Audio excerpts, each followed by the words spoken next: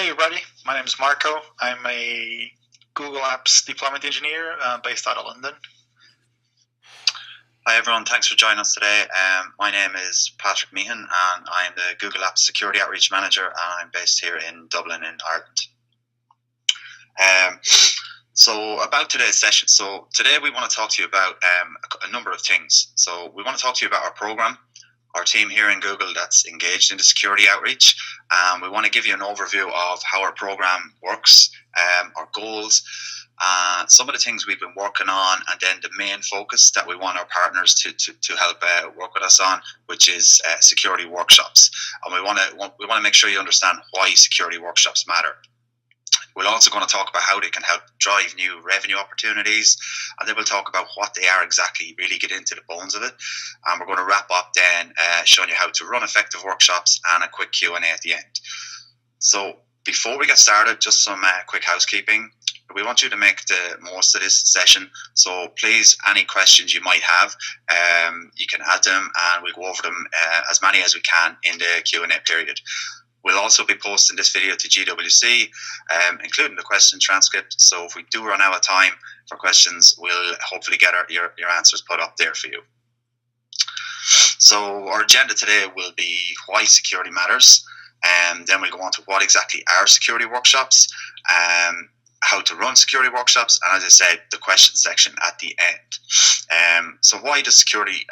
Why do workshops matter? And why do security workshops for your customers? Why will they matter? So Mark is going to give you a little bit of insight into that. So one of the things that we've seen with customers is that they don't always have the best security posture. And the security workshops are an opportunity for you as a partner and for us as Google to re-engage with our customers and really help them understand where are they in their journey towards a more secure cloud environment, and really help them make sure that they have a plan in place to make sure that if and when the unthinkable happens, they've made these decisions up front, they're familiar with what's going to happen, and that they understand what the steps are without people spending a lot of time waiting on things to be discovered and waiting on other things to happen because people just don't know what to do.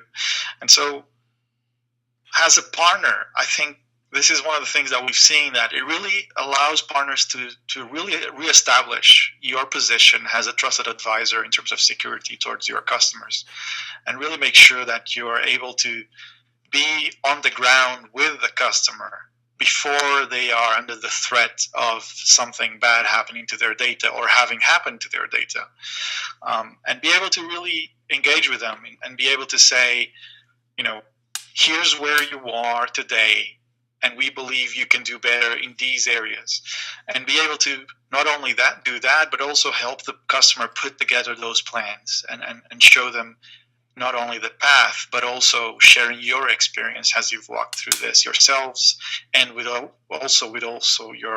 other customers. So we're going to be talking to you about how to run these, and for that, we'll get that started by handing over to Patrick. Great, thanks, Marco. So next, guys, I'm just going to give you a quick overview of a number of things. I'm going to give you an overview of our program, how we came about, who we are, a couple of our goals, some of the stuff we've been working on, as I said, and then we'll do a deep dive into the actual workshops themselves. So just I'll start as a program overview. Flip to the next slide, Marco. So the program developed as a result of a number of things. We saw a huge amount of escalations related to security incidents, and we at Google here collected a lot of data around what was going on in the field, things we saw, feedback we were getting from our customers and our partners, and we decided and we felt and we saw that there was definitely a need for this kind of engagement with our customers and our partners, that there was a gap, and that we really needed to have this proactive engagement, where rather than waiting for things to happen and people to come to us, that we put a program in place, developed a methodology around how to structure the workshop and really engage with our customers so that we could try and help improve their security. So we're a very, very global initiative. We've engagements in every region so far to date. Number of teams, so working out with EMEA, we've people like myself, Marco, a couple of other deployment engineers. We have our team in North America, South America, and APAC. I said we're very much a global initiative, and we want to keep that going and ramp up as much as we can going forward into Q1 of next year. So that's just a bit about how we came about. You can slip to the next slide, Marco. So I want to talk to you about our goals for our program. So with all the data we collected and what we were seeing in the field, we come up with these 5, what we call them, kind of high-level goals. And we do have a lot of other smaller kind of low-key goals we're working on, but these are the main ones. And they kind of all tie into each other. And you'll understand when you see the structure and format of the workshop and the work we've been doing, why we have these as goals. So number 1, we want to improve the security of our Google Apps customers. So that's a gimme. We want to make sure all our customers are at a certain level with their security, because we were just seeing that there was a complete lack of it, around a lot of things, and this is something that we really needed to address. Number 2, that follows along to number 1. We want to increase the adoption and awareness of security features. So what we were seeing was that a lot of our customers just didn't have the knowledge around some of the features that are available within Google Apps, or if they did, they weren't using them correctly. That was the big gap we saw. So what we want to do is make sure that all of our customers, no matter how small they are, that there are avenues available for them to find out as much as they can about security within Google Apps, that they're fully aware of how to use all our features and the benefit of implementing them all. So that's our second goal. Our third goal, we want to make sure all our customers know how to handle security incidents. Doesn't matter how minor, how major. And from, as I said, the investigations, the escalations we saw, and the data we collected, what we were seeing is that, again, there was a lack of that out there. Our customers were unable to respond effectively to any incident. A lot of incidents, not any incident, that wouldn't be fair, but a lot of incidents, they weren't able to follow through on remediation steps themselves. They were waiting for support to do something for them or for their partner. And it's vital in the event of an incident, and again, I always say, no matter how minor or how major, that the customer is able to help themselves first to minimize time an attacker would have possibly gain an access to their system. So again, we want to make sure all our apps customers can handle security incidents. And that's a key part of this program. Our fourth goal, we want to provide a feedback loop to our product teams on security feature gaps. So we want to make sure that our teams that are working on developing all these features, that they know exactly what is needed and what's required by us sitting down with them and having a brainstorming session, bringing back feedback from our customers, bringing back feedback from you guys, the partners, and that's where we'll rely heavily on you to help us achieve that goal. So we want as much feedback around the features available, that are in apps that you're using currently.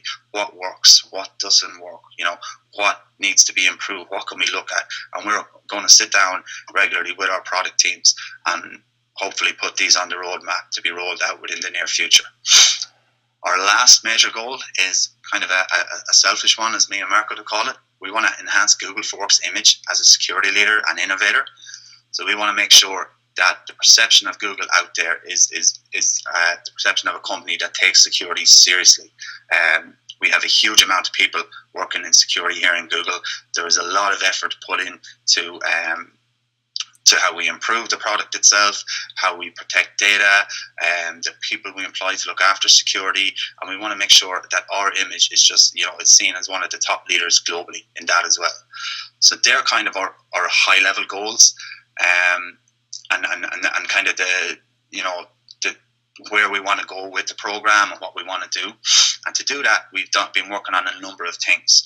So, the main focus of what we've been working on has been the security workshops. So I'm going to go into that in a little while, a little bit more detail to give you a bit more info.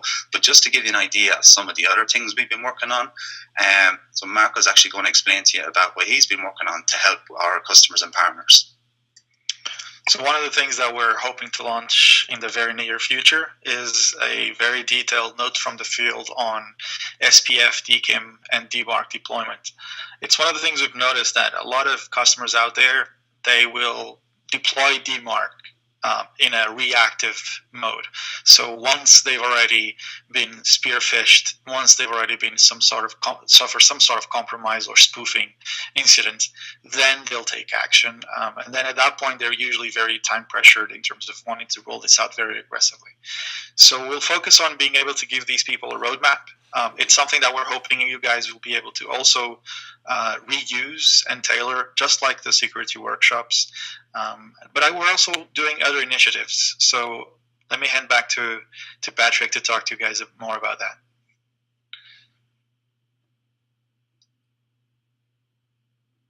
Sorry, still on mute. Yeah, so another thing we've been working on as well was related to GWC. So what we found in the past was when we went on to GWC and we were looking for security-related material, it was very much, it was a bit of a task, to be honest. There was a lot of material on GWC, but it was all kind of all over the place. So what we've done is we've developed a new security landing page for our team and for all security-related material for apps that our partners now can use and access. So anything related to our program, you'll be able to find in there. Anything related to trust and compliance will all be now housed under the one section.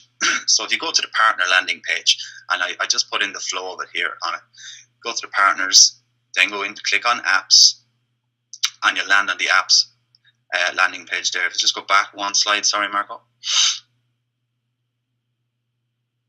You'll see the security tab here on the left hand side. So if you click on the security tab, and that brings us then into our brand new security landing page, where we'll give you a little bit of information, and then you'll see the categories we have currently on the left hand side. We have the trust and compliance section, and then the section where you'll be able to find all the material for our apps domain, for securing an apps domain there, and anything we have for this program will be honed in there. All the assets we're going to show you, and anything we developed, again, will be put in there. So this is going to make things a lot easier for you partners when you're going to be running workshops and when you need to find material to help you run them.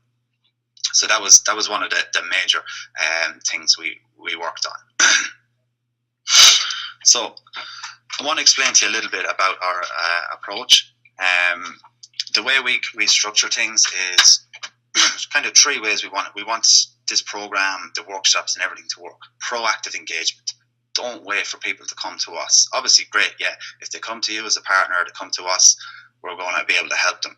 But to really show your value and show your worth, and we have seen that this works every time when we engage in sessions with customers, that they appreciate so much the benefit of this, reaching out to them and saying, hey, let's have a discussion about security. Let's sit down and talk. So the proactive engagement is part of our approach. Educate and advise. So we don't want to sit with customers. We don't want you to be sitting with customers and doing the school headmaster approach where you're talking to them and, telling them what they're doing wrong. We want the sessions to be as engaging as possible, and that the customer really sees that, we're trying to help them rather than tell them they're doing everything wrong and, they should be implementing X, Y, and Z, that it really is an awareness session, an education session, and that going forward, they'll be stronger for it. And then the last part of our approach, to turn it into an annual review. It shouldn't be a case of, let's talk to them once and then, we won't engage with them again until they come back. Try and close out and make the customer see the benefit of sitting down annually and doing a review such as the security workshop.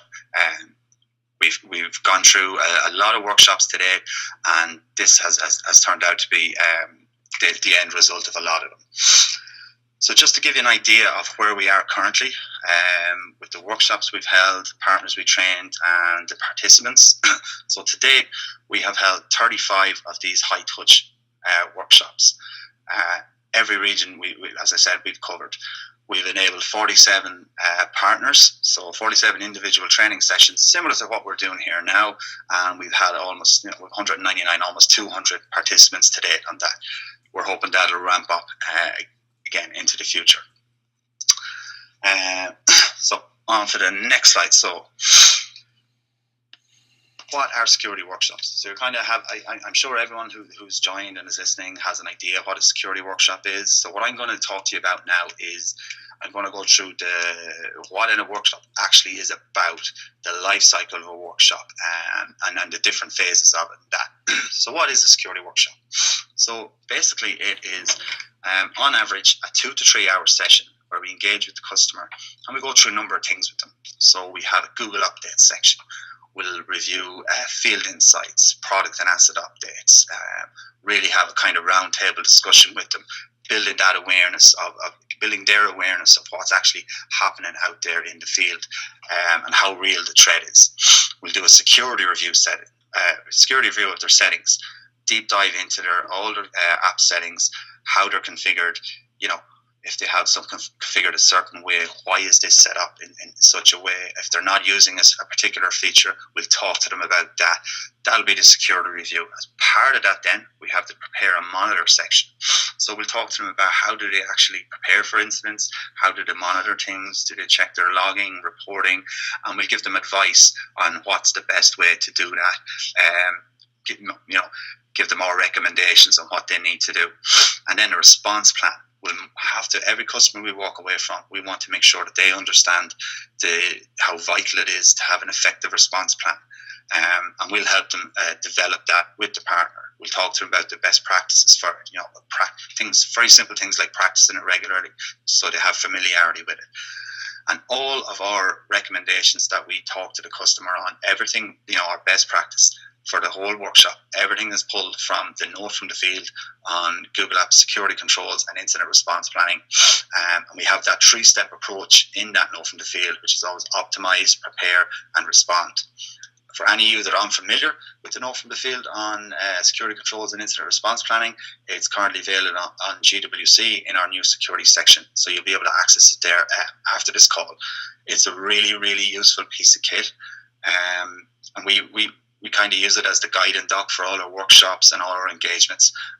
Great read, so I would definitely recommend going through that in detail. So now I want to talk to you a little bit about the life cycle of a workshop. So when I talk about the life cycle of a workshop, security workshop has different phases. It's not just the actual sitting down with the customer. So we have a couple of phases. We have the reach out phase, we have a pre-assessment phase, we have running the workshop, and we have an action items and follow-up phase. So just back to the reach out phase. This is where you need to identify a customer, someone that has a security need. So my opinion would be that everyone will always have a security need, but to really identify them, the best way of doing this, there's 2 ways. The customer will either come to you and they might say, we've had a number of incidents, we think we need to sit down and have a security discussion with you. Is there anything you can do for us? And you guys could put the hand up and say, yeah, we have this security workshop offering now in service that we can do with you. Or it could be a case, and as I said earlier, the proactive approach. You're going to go after your customer. You guys as partners are working with the customer day to day. You see the needs they have. You know where they are currently, or you have a general idea, and you can identify straight away, we have, off the top of your head, 3, 4, 5 customers that will definitely benefit from this section. So you'll identify the customer and the partner will connect. And then you want to have a reach out to them via mail, via phone, quick hangout, just to explain to them that you're going to offer them this service, and you'd hope they'd engage in it. To date, we haven't had anybody turn us down from all the workshops we've done. So again, once you start engaging in these, you will see the benefit of it. So once we have the initial reach out phase covered, where we've identified the customer, this brings us on to the pre-assessment phase. So in the pre-assessment phase, a number of things happens. 1, we want to assess the security posture of the customer. We want to see where are they currently with their security. What are they doing? What are they not doing? What can they do better? And we're going to share an agenda with the customer so that to give them more of an idea of what the workshop is about. And just to go back then to assess the customer security posture, this is done in 2 ways. If we have admin console access, you can check the settings yourselves, or what we prefer to do is we have a security checklist prepared that you can send on to the customer. So this is a basic questionnaire broken up into all the sections: access authentication, service settings, prepare and monitor section, a response section. And we have a bundle of questions in there that we really would prefer if the customer filled it out themselves.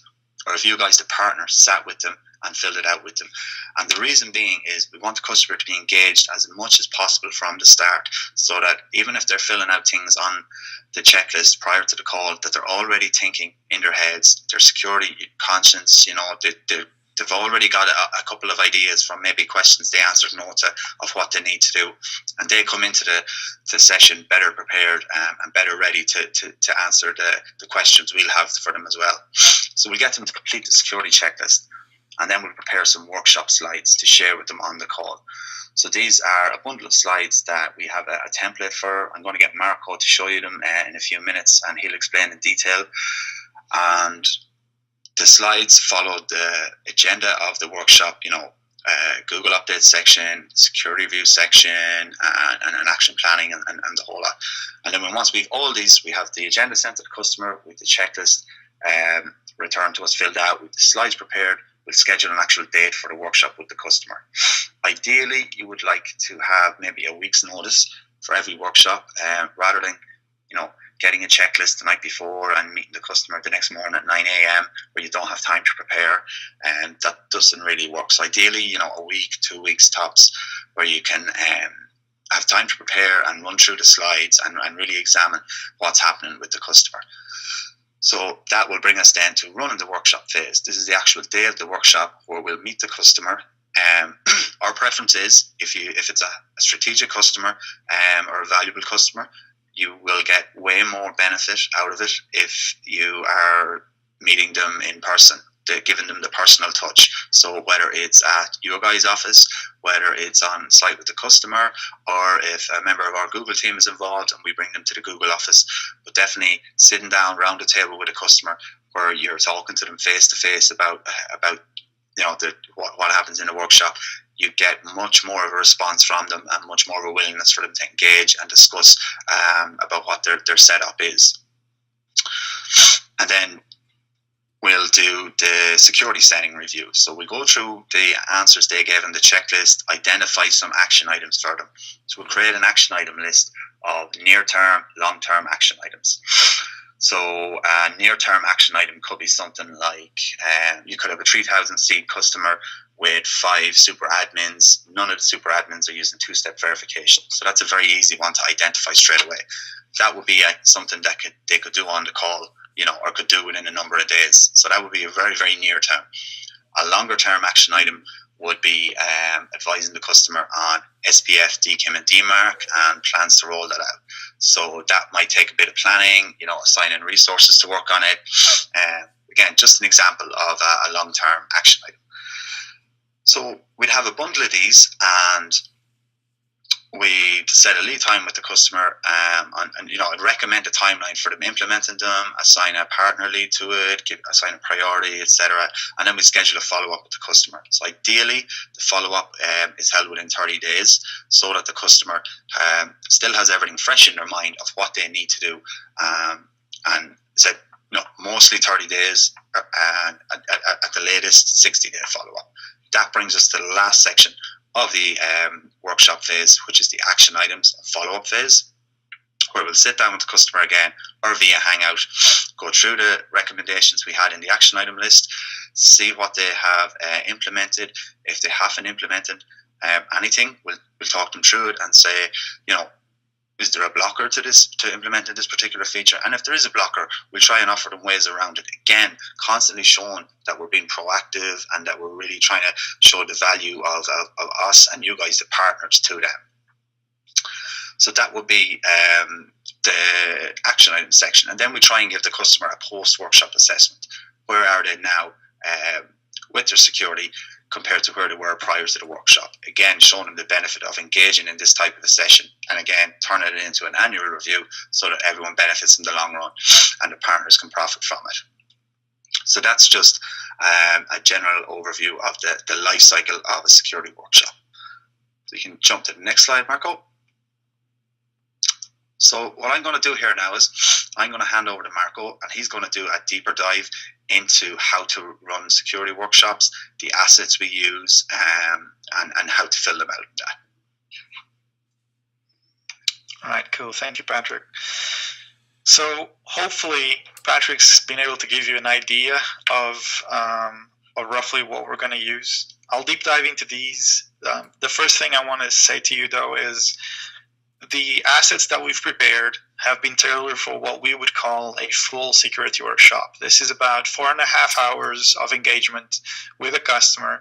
This is not necessarily the workshop you would run if you have a non-strategic customer who would like a more tailored session or who is not willing to engage with you for 4 hours. So the assets have been designed to be customized. We focused a little bit on the full session to be able to give you a wider portion of assets to cover every possible scenario. If you have a session that you'd like to tailor to 2 hours, there are things that you can go through quicker, or you can remove certain sections, and I'll point those out as we go along. I just wanted to give you this thought first, so you don't get scared when you see us talking about a 4.5 hour agenda to customers. We understand that not every customer wants to have that level of detail and attention. However, it might be useful for some kinds, and we'll talk a little bit about how to do that, how to select the customers in a minute.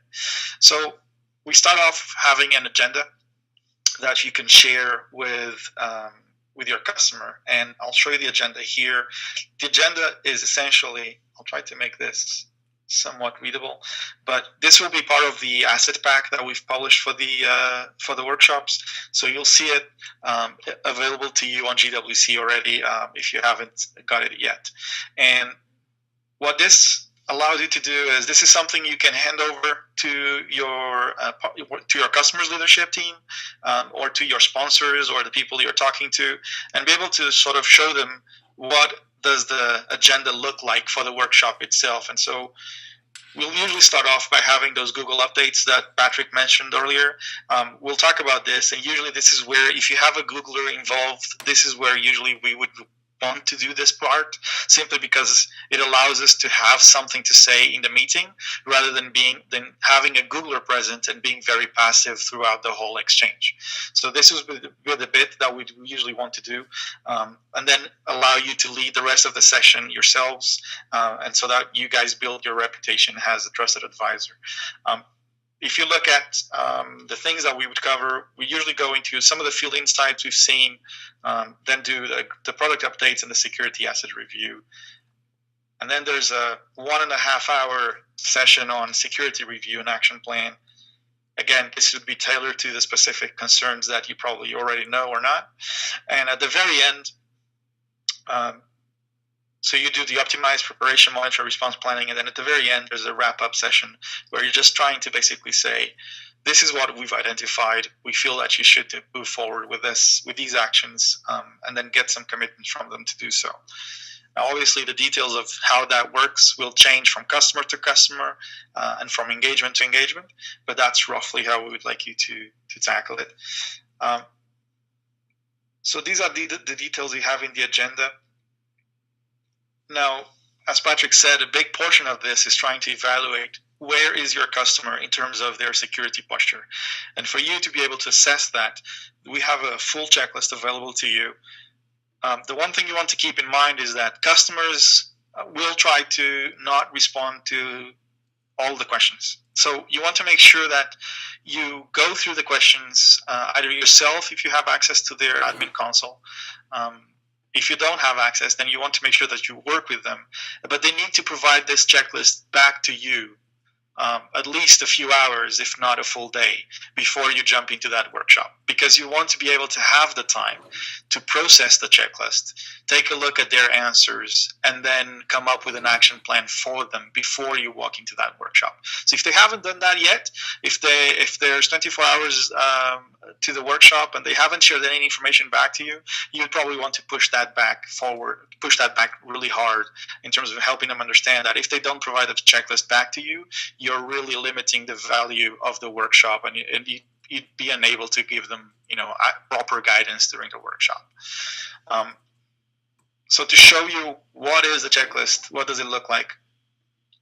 You can see here that we use the same pattern everywhere. This is really big right now, so I'm going to lower it a little bit. what you see here is we've gone for every single portion of recommendations that we've got the same pattern repeated. And the pattern is we'll have a question, and then we'll offer a best practice where a best practice makes sense. Then we'll have a help center article link for you to follow and for the customers to follow when they're reading this themselves. And then we'll have a box where you can actually put in what is the customer's current configuration. Once they put in this in here, this is what allows you to be able to make a decision on whether or not they're meeting the best practices or not. And one thing that we've seen customers tend to do a lot is to say no to something, but not describe why no. Why does it not apply? If it doesn't apply, if they're not doing a best practice, then what is it that they don't, why do they not do it? Is it because they don't see any value in it? Or is it because they've looked at it and it's harder than they would have thought it, so they've decided to postpone it? So it's more of a later yes, but for now no. Those kinds of details really help. So one of the things we usually tell people to do is give us your answer, and then if you find yourself saying no, then try to add some details. And we have a field for that. So at the end, you have notes. So you can actually fill that out and put that in. This information is critical for you as a partner going to that workshop to be able to understand what is the positioning the customer has on each particular topic that we have here. So if they don't give you these answers before the workshop and you have time, then ask for them, and that might give you some more meaningful data. If you don't have time and the workshop is looming and it's like the next day, then that's fine. Just make sure you make a note of that so that during the workshop, you can actually target the questions that matter the most to you. And that's something that you probably want to have in the back of your pocket before you're going to that workshop is of the questions the customer does not meet the best practice, which ones are the ones you cannot afford to walk out of the workshop without an answer to. So make sure you have that ready. And so there's a lot of, I would say, almost homework to be done just before you walk in, but it pays off in spades once you're in the workshop and you can make sure that they take action on the topics that are raised. So to walk you through basically the topics that we have here, we start off by having a system access and authentication piece. And in here, we're going to be talking about the usual things that you would expect us to talk about, like the SAML, SSO configuration, do you have two-factor authentication, those sorts of things. You want to make sure, again, that they answer with as much detail as they can afford, and make sure that they're comfortable. If you are filling this out yourselves, you probably know the answers to some of these things, but you might not have the context. So, for instance, if you see they have SSO, at that point, you may not know whether or not they have a second factor with that SSO.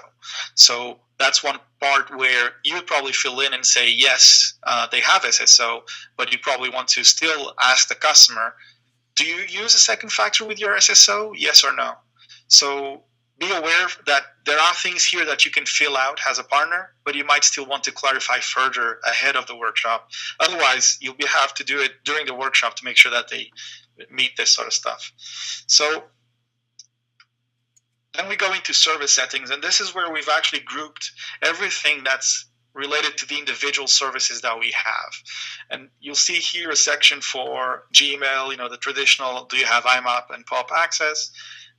And then as we go down, you will find also contacts. We'll also talk about the sharing calendar settings. For Drive, do you allow people to share outside of your domain or not? How do you use Hangouts, Groups, Vault?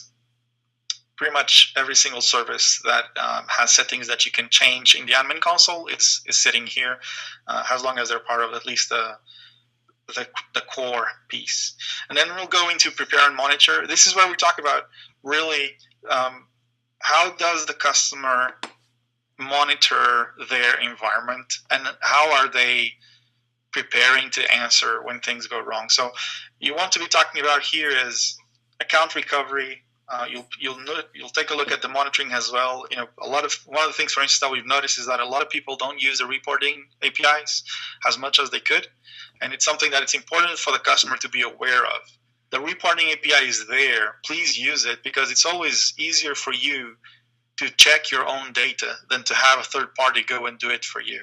So, for instance, it's probably easier for the customer to skill up on having this sort of work done internally by their Google admin team than perhaps having to trust you as a partner to go and do that work recurrently, unless they're already engaged with you to do that specifically. But if you're trying to add this on after the deployment is complete, it's always a little bit trickier. So it's good to have their team available to do this. And then even if you do offer something to support this, it would be good to them to have the knowledge, even if they rely on you to do this sort of work. We also talk about something that is critical a lot of times, which is user training. And something that we've seen a lot of times is customers who do not give user training as much as they should. In particular, making sure that their people have recurrent training. You may have joined the organization 5 years ago. It's been 5 years since your last security training. Maybe you don't know everything you should know about phishing and about security in your organization. And maybe it would be good for you to be able to have that information available to you. One key question that I usually have here is if I'm at the customer site and I'll ask them, would it be okay if I walk down the hallway and ask one of your staff members, what did they do if they were phished? Do you think they would have an answer for me? Would they know what the next steps were? And you're trying to get them to share some of this stuff with you. Sometimes it's important to build that relationship in such a way that they understand that you're not asking this to be aggressive with them. You're asking this to make sure that they have an answer that they are comfortable with. If that staff member is unable to talk about what would be the basic steps to report a phishing incident, then that sounds like the efforts to educate their user base have not gone as well as they should have. And in that case, that's an important data point for the customer. We'll also talk about, what type of training do they get, and do you do regular checkups? Because again, security, pretty much anywhere, it's not a one-off event. It's something that you need to continuously review. And it's important to build that rhythm into both the security workshops, but also the awareness of the customer. You may be doing an okay job in security today, but tomorrow you may decide to adopt 3 new services. And if you haven't reviewed their security options, you may have forgotten to enable things that are important to you. And so it's important to be able to do that and have that sort of consciousness that it's something you do recurringly so that you can do better every time. Then we'll go into the response section. One of the things that I've noticed in a lot of these workshops is that customers don't always have an awareness that a response plan is critical and plays an important and pivotal role in helping make sure that when and if the unthinkable happens, they have an action plan that people can execute quickly on without having to wait for feedback from support or from your CSS services on what do I do now. Obviously, calling you guys if you offer CSS or calling Google and asking for help is a great idea. Don't get me wrong. It's better than doing nothing and waiting.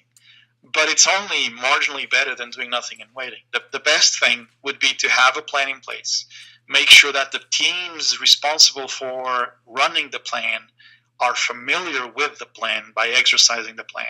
And then making sure that the plan is kept up to date. There's no point in having a really high level and high quality plan put in place if it hasn't been exercised in 2 years and if you haven't reviewed it over the last 2 years. So the best way to do it is really what we recommend is run it twice a year. When you then run it, you will find out things that are not as they used to be. Maybe the admin console interface has changed a little bit. Maybe we've launched a new feature that has changed how you do certain things. If and when that happens, amend the plan and carry on. But importantly, you'll have given the people who are involved a chance to internalize all these processes and how do they work. And so when the problems then happen, they have all the tools available to them. They've run through these exercises. They can actually take action. And one of the things that also happens is sometimes they will have a response plan practiced by the team responsible for it, but no one in the organization is really familiar with the steps taken to activate that plan. So if the user, in the front lines is unable to report their problems, then they're going to have a problem. And it's important that these people across the organization have that awareness. So the response section there is really, really critical. Even though it's only 3 questions, it doesn't detract from its value for the customer. And then we have the general questions, and this is where we ask things that we've put in here because they are important to tailor the session to the customer. And so, for instance, it's important that you understand whether or not the customer has Google Apps Unlimited, because there are auditing features, for instance, that are not available to customers who do not have Google Apps Unlimited. Now, we've put it in here, obviously hoping that you, as a partner, before you walk into the workshop, you already know whether or not they have Google Apps Unlimited. So you can fill that out for yourselves and provide that answer for the customer before you send out the checklist. It's just a nice way for you to be able to understand when you're running the workshop, can I talk about Google Apps Unlimited, or do I need to position Google Apps Unlimited as another option they have that they could add to their belt in order to provide with certain features that they would like? And then there's a couple of things here about just the environment that the customer has. And some of these things, they may seem irrelevant, but they do affect other things. Like, for instance, when we ask you about, do they have any shared computer environments? This is something that might affect, for instance, their 2SV options. So it's critical to go over it. Now, hopefully the customer has filled this out. They've provided it back to you, and you've had a chance to review the feedback that they've given you in the checklist. So you now have a pretty good idea of what you'd like them to do. So the 2 things you'll do is you'll have a presentation for the workshop itself. And in this presentation that I'm showing you here, we'll talk about, this follows the same format. So again, we have the field insights, the product update, security review, action planning, and a session on mobility at the end, if that makes sense. You'll see here that in the field insights, we'll talk about whether or not phishing is effective. We'll talk about, these are some of the things that we found out from our own internal studies on this, but there are other studies out there you can leverage. And one of the things we usually try to have is something fairly up to date and relevant for the customer when we run through this session. So for instance, you might talk about something that happened, everybody saw the attacks that happened at Sony last year, at the end of the year, in the last quarter. You've also seen some of the data breaches that happened this year. For instance, if you're in the UK, you've probably heard about TalkTalk and their data breach.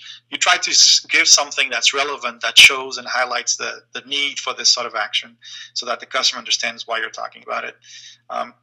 We'll cover also a little bit on 2-factor authentication, security training for the end users, and having a current and actionable response plan that I've basically already covered with you guys, but you'll be talking about those things to the customer as well. And we'll also be talking about some of the deprecation of legacy components that are important for customers to be aware of and to do that themselves as well. So we'll then get into the product update section. Here we show just a high level. For each section, we show security features that we've launched recently or over the last 2 years that people might not be aware if they're a longer term customer. And again, one thing to keep in mind is that these workshops are really tailored at the moment to an existing customer. They've been with you and with us for a while. They haven't just deployed. If they just deployed, you probably want to take a slightly different approach to this, although you could probably build that using these slides. And then we'll talk about the sign-in alerts, security keys, login challenges. There's a bunch of stuff here that I think really helps spark these conversations. It's really, really good for the customer to be aware that not only are these features available to them, with the exception of the features protected by Google Apps Unlimited, they're there today. And if they're not leveraging these features, they're losing out compared to other people who are using them and who are protecting themselves by using these features. So it's really in their best interest is to take a look at this stuff and make sure that they understand it, at least from a high level. And it might be that the customer actually needs a separate session just to deep dive on certain sessions, and that's fine. But you can do that post-workshop and deep dive. The one thing I would try to urge you not to do is to use the workshop session to do a deep dive on the features. So if they would need a deep dive on the features, have a separate session after the workshop or before the workshop and do that instead. But use the workshop just to raise awareness of the security aspects that are important to them. So we also talk about how the security controls and the incident response, there's an infinite cycle of optimizing, preparing, monitoring, and responding to this sort of stuff. So if hopefully they've got a good response plan put in place, and what you're looking for them to understand is that if they have one and they're already regularly reviewing it, then what we would hope to see is not only the regular reviews of this plan, but also after each security incident, using some critical thinking to go back to their response plan and see, was there a problem with the response plan that needs to be changed? And if it does, then take some action item and do that. So in the security review, you're going to basically walk the customer through every single section of the optimize, prepare, and monitor, and respond portions. The idea here is that you'll be raising these topics and sort of pre-positioning what the best practices are for each section with the customer. And you want to have a fairly quick meeting, just touch on these important points. So one of the things I talked to you earlier about the importance of having a list in your pocket of what are the top things that the customer has not responded with meeting the best practices, and those things that you'd like to learn more. That will inform you on which of these questions that we have on here you want to spend more time on.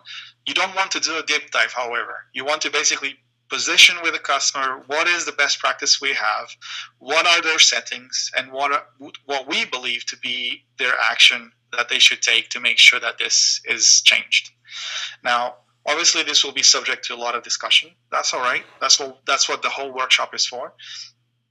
But you really want to position this to them so that they have an awareness of where they could do better. And again, it follows the same process. So just like the checklist, you saw that we started with system access and authorization. So again, here we start with system access. We jump into service-specific settings, management of devices. Then we talk about prepare and monitor, and then response planning. Now, in each of these sections, you want to make sure that you get some meaningful feedback from them. So try to ask open-ended questions, but not open-ended questions that just are around, you think this is good for you? Because obviously they can just say yes and move on. So you probably want to ask them, what are they doing in this space? And leave the question with them to see what they do.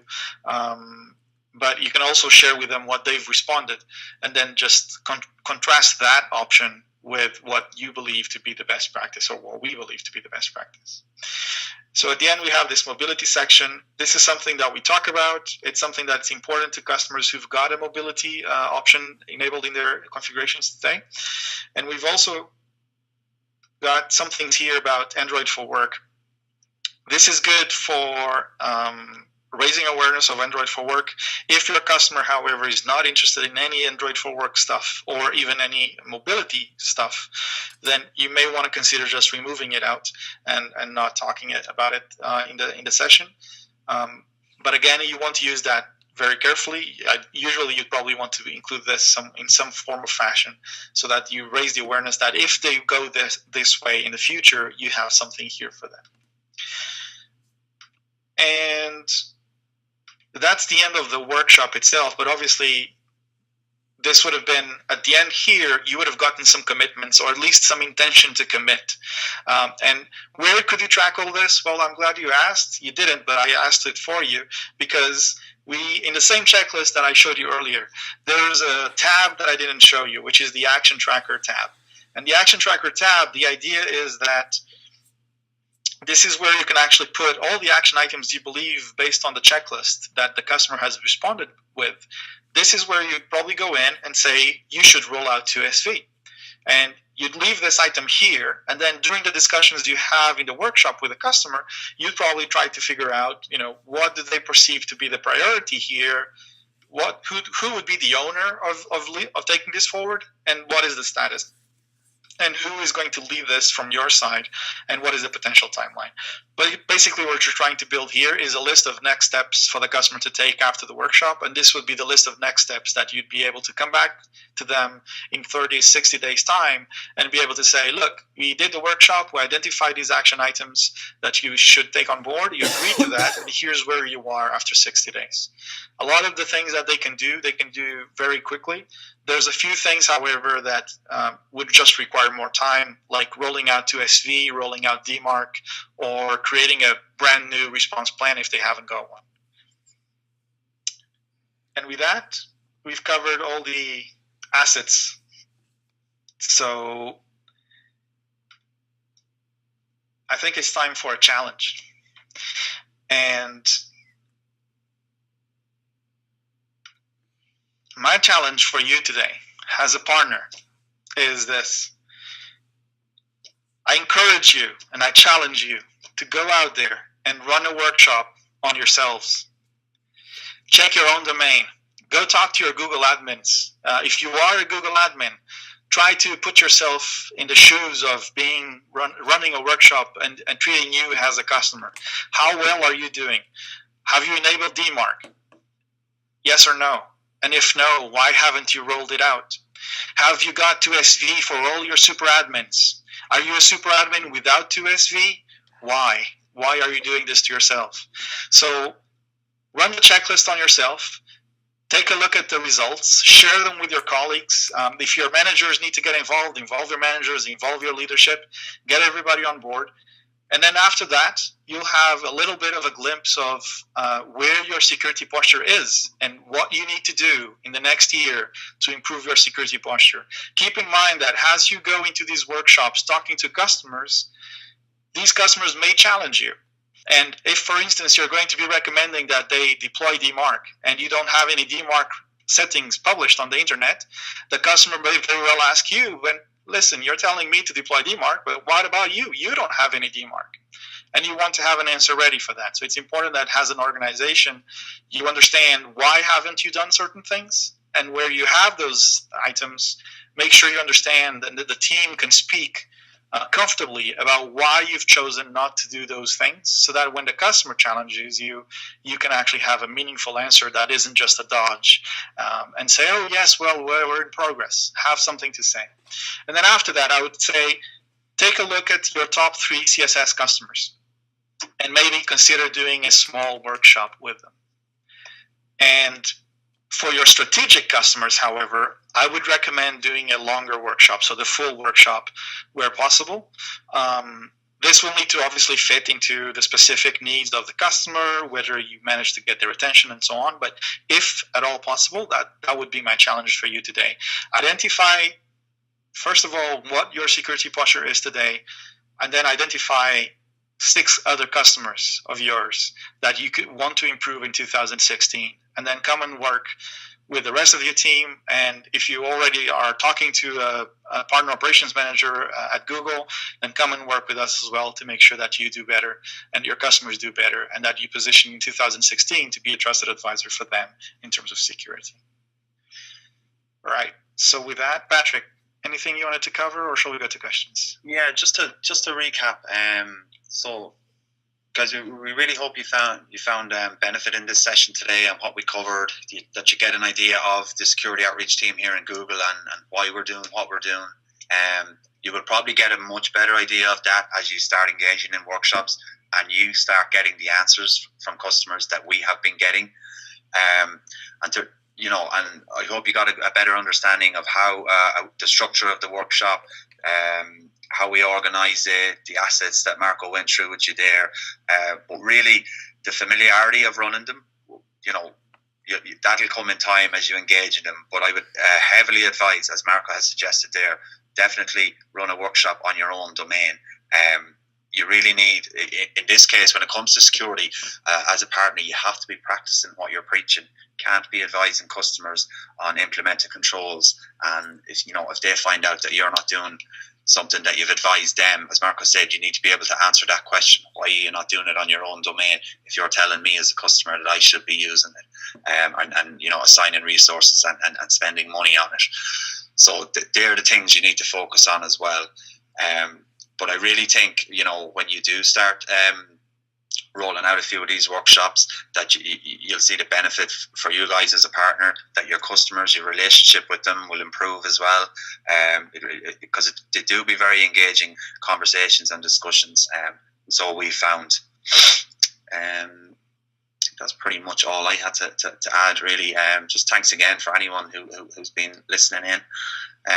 We want to go through a few questions, Marco? Yeah, we've got a few more minutes, so let's do that.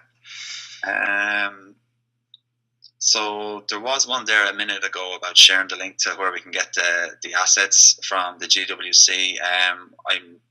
Maybe it's my own familiarity with doing a hangout in here. I can't see where I can type that in, but all of our assets, everything we showed you today, all the material Marco has gone through in detail.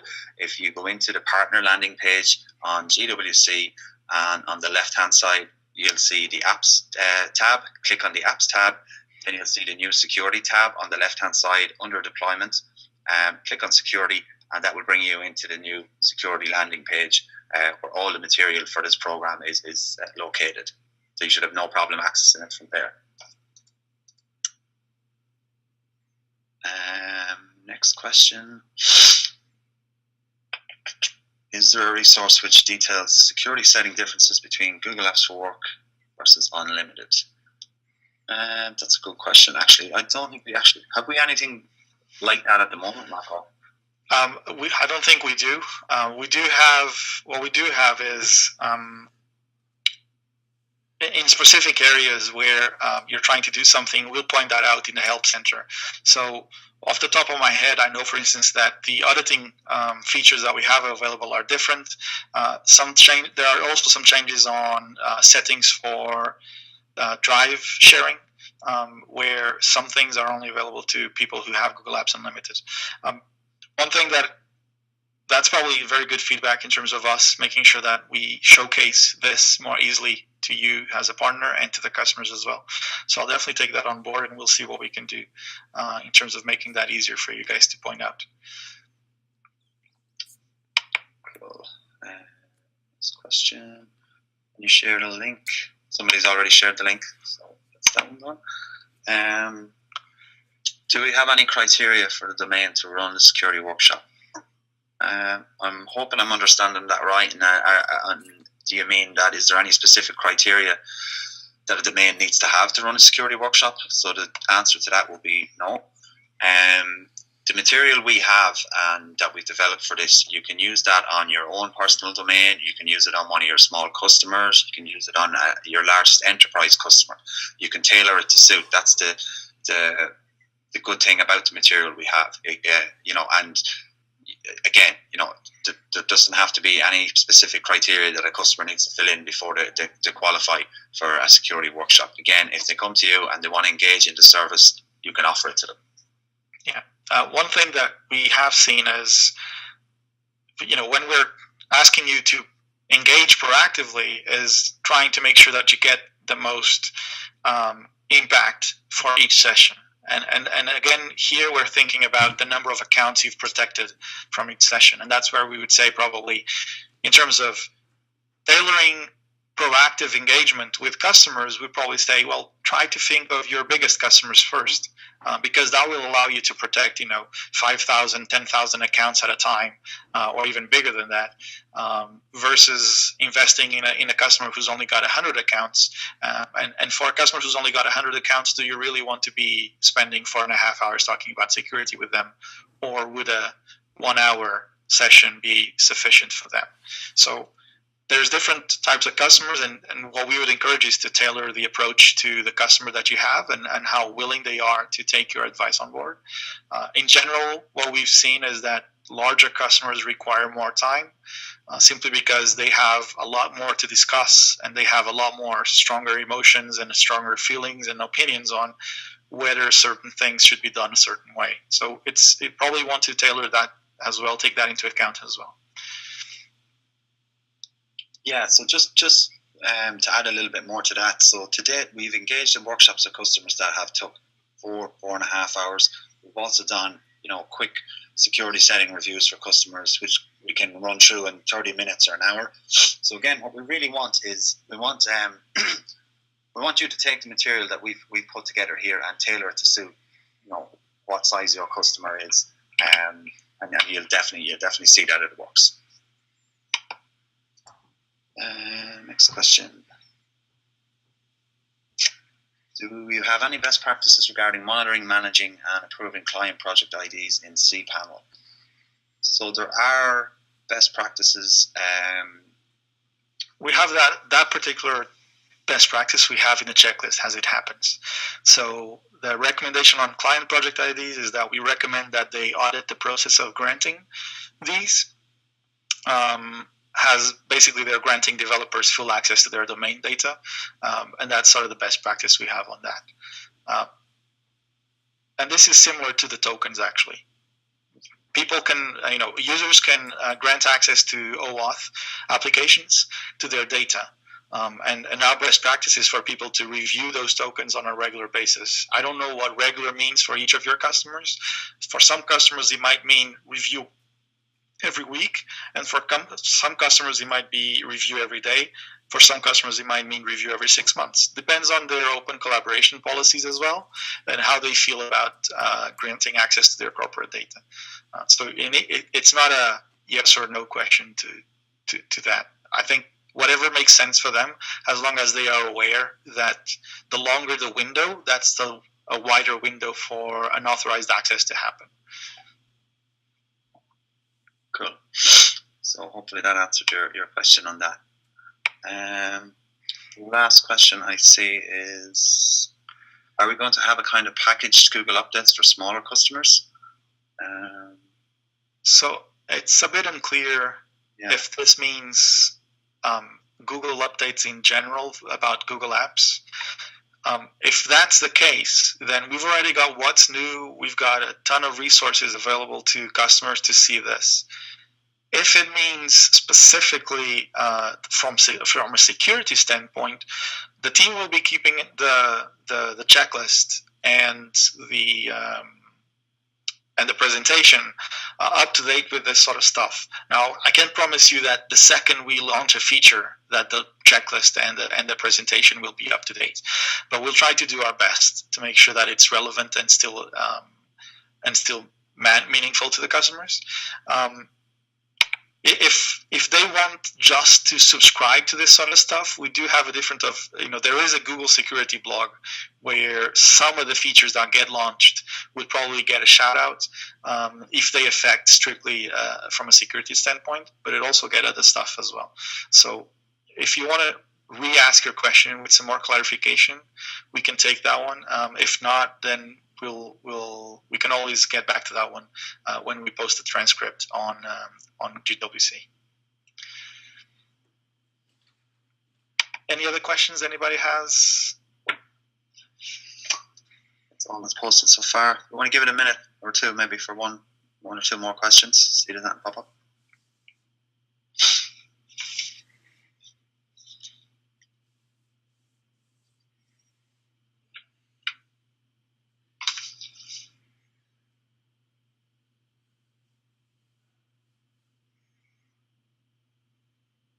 Yeah. So, take your answer. Security. Okay. Yeah. So, yeah, we don't have this package as something that we're going to be publishing frequently, other than keeping the checklist up to date and the presentation as well. But obviously, this all goes part of the community. So all these features when they get launched as part of the updates to Google Apps. So the usual channels would already have that information.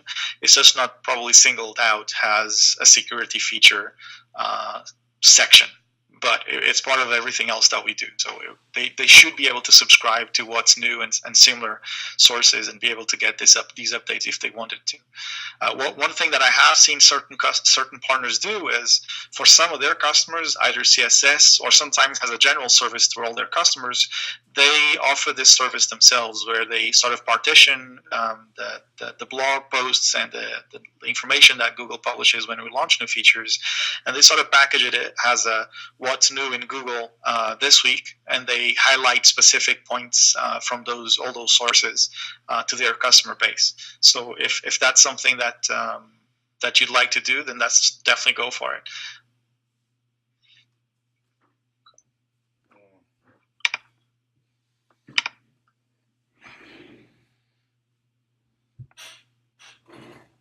All right. If we have no other questions, then I think that's it. Broadcast. Well, just on behalf of myself, Marco, our team here in Google, we really appreciate anyone who. Hold on. We have one more question. Have you handled security on third-party services if Google Apps is the main platform? Is the best practice suggested for third-party products? So, I appreciate the question. Unfortunately, I'm trying to picture that in terms of what does that mean, and to give you a sort of generic answer to that, I would say this. We've tailored the best practices focusing from a Google standpoint, what we believe to be the best security options for the customer in every single setting, from a pure security standpoint, from a pure Google perspective. Now, if and where they integrate with other third parties on top of Google to do other things, and I don't want to call out any specific vendors, but let's say that they have additional products installed into their domain, whether that's App Engine or something else, then that would be something that the customer would need to understand, what does that integration mean for them, and does that need to change some of their settings from the existing best practice to something else different. So for instance, one thing that we say is to review the OAuth tokens. Now, if you have OAuth applications that are compliant and that the customer has built themselves or has asked a third party to build for them and uses them, then those tokens should be whitelisted and they should not be revoked, because they are, the customer has already said that he trusts those. So that would be one instance where they would need to adjust.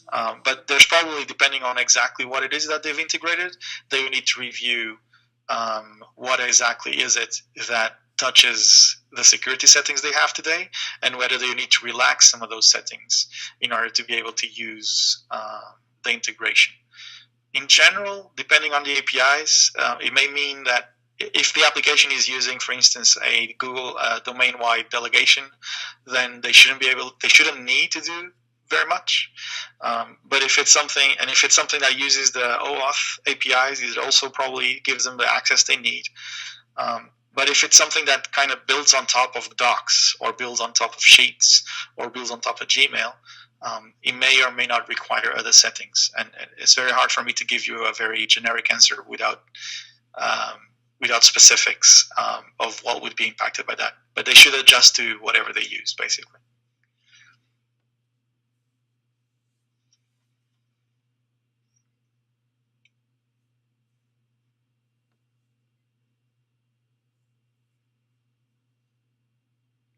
All right, so if we don't have any other questions,